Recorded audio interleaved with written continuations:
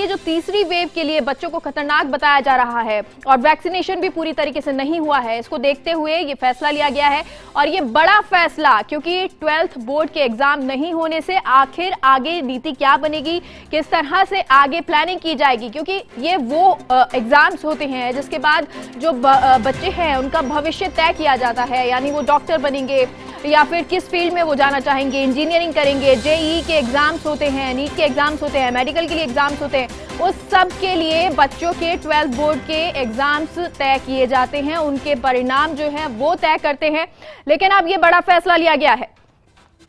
आज मंत्रिपरिषद की बैठक थी, कोरोना मैनेजमेंट को लेकर के काफ़ी विस्तार से चर्चा हुई। वैक्सीनेशन के बारे में जो भारतीय जनता पार्टी भ्रम फैला रही है उसके बारे में भी चर्चा हुई, और जो माध्यमिक शिक्षा बोर्ड की जो 10वीं और 12वीं की परीक्षाएं हैं उसको लेकर के भी मंत्रिमंडल के सभी साथियों से चर्चा हुई। चर्चा के उपरांत ये तय किया गया कि राजस्थान माध्यमिक शिक्षा बोर्ड की 10वीं और 12वीं की परीक्षाएं कैंसिल की जाती हैं, और जो माध्यमिक शिक्षा निदेशक और माध्यमिक शिक्षा बोर्ड के और शिक्षा विभाग के अधिकारी मिलकर के 10वीं और 12वीं के बच्चों की मार्किंग कैसे होगी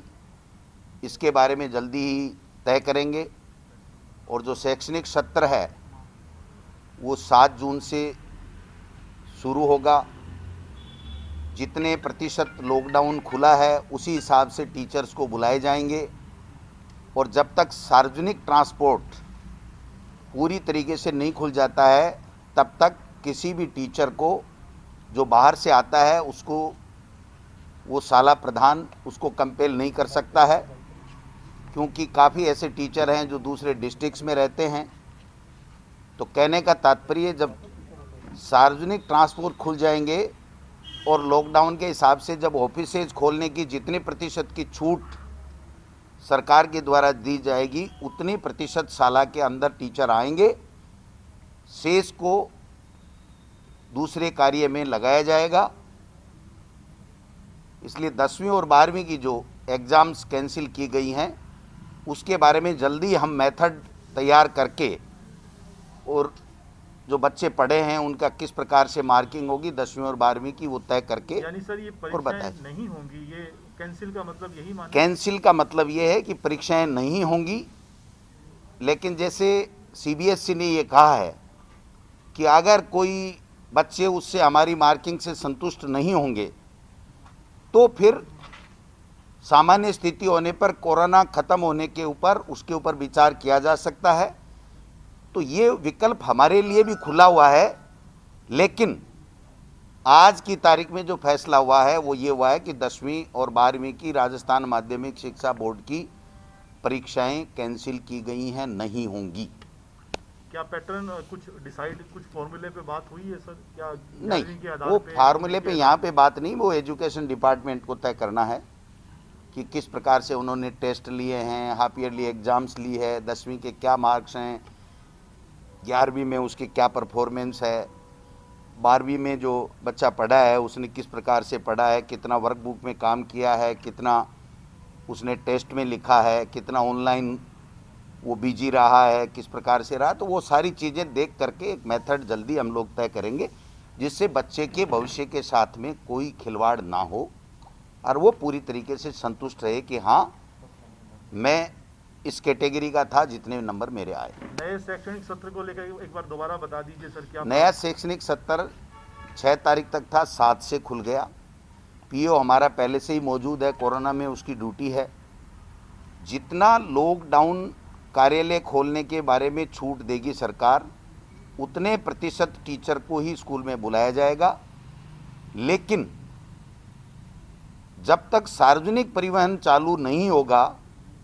तब तक वो टीचर अगर विद्यालय में नहीं जाता है तो उसके खिलाफ किसी तरह का कोई एक्शन नहीं होगा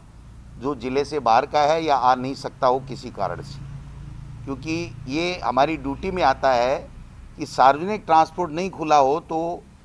झुंझुनू का आदमी, अलवर का आदमी बाड़मेर में कैसे जाएगा, इसलिए उसका भी हमने ध्यान रखा है।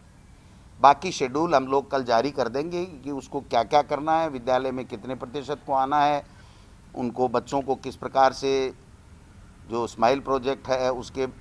माध्यम से कैसे तैयार करना है, वर्कबुक कैसे तैयार करना है, उनका एडमिशन कैसे होना है, उनका प्रमोशन के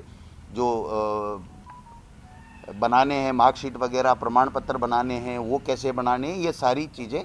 कल हम लोग जारी कर दें। सर, एक अनाथ बच्चों को भी सरकार उनका ध्यान रखेगी, इस पे भी चर्चा हुई है? बिल्कुल बिल्कुल, इस पे भी चर्चा हुई है और इसको विस्तार से प्रमुख शासन सचिव फाइनेंस को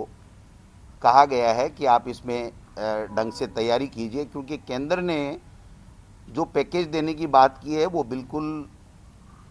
एक तरीके से वो पैकेज कोई पैकेज नहीं है। 10 लाख रुपए की बात की है, लेकिन तब दिया जाएंगे तब वो 18 साल का हो जाएगा, यानी उसको आज की तारीख में कुछ नहीं मिल रहा। तो माननीय मुख्यमंत्री जी ने ये कहा है कि जो बच्चे इस कोरोना के कारण से अनाथ हो गए या जिसके दोनों माँ बाप चले गए या एक पहले चला गया एक बाद में चला गया, वो ऐसा होगा, तो उनको तात्कालिक राहत क्या मिलनी चाहिए, एजुकेशन उनकी बाधित नहीं हो, इसके बारे में, चाहे तात्कालिक आर्थिक सहायता के बारे में प्रमुख शासन सचिव फाइनेंस को मुख्यमंत्री जी ने निर्देश दिए कि जल्दी एक इस तरीके का अच्छा सा पैकेज तैयार कीजिए, जिससे उन लोगों को जो अनाथ बच्चे हो गए उनको किसी तरह की रहने की, खाने की, उनके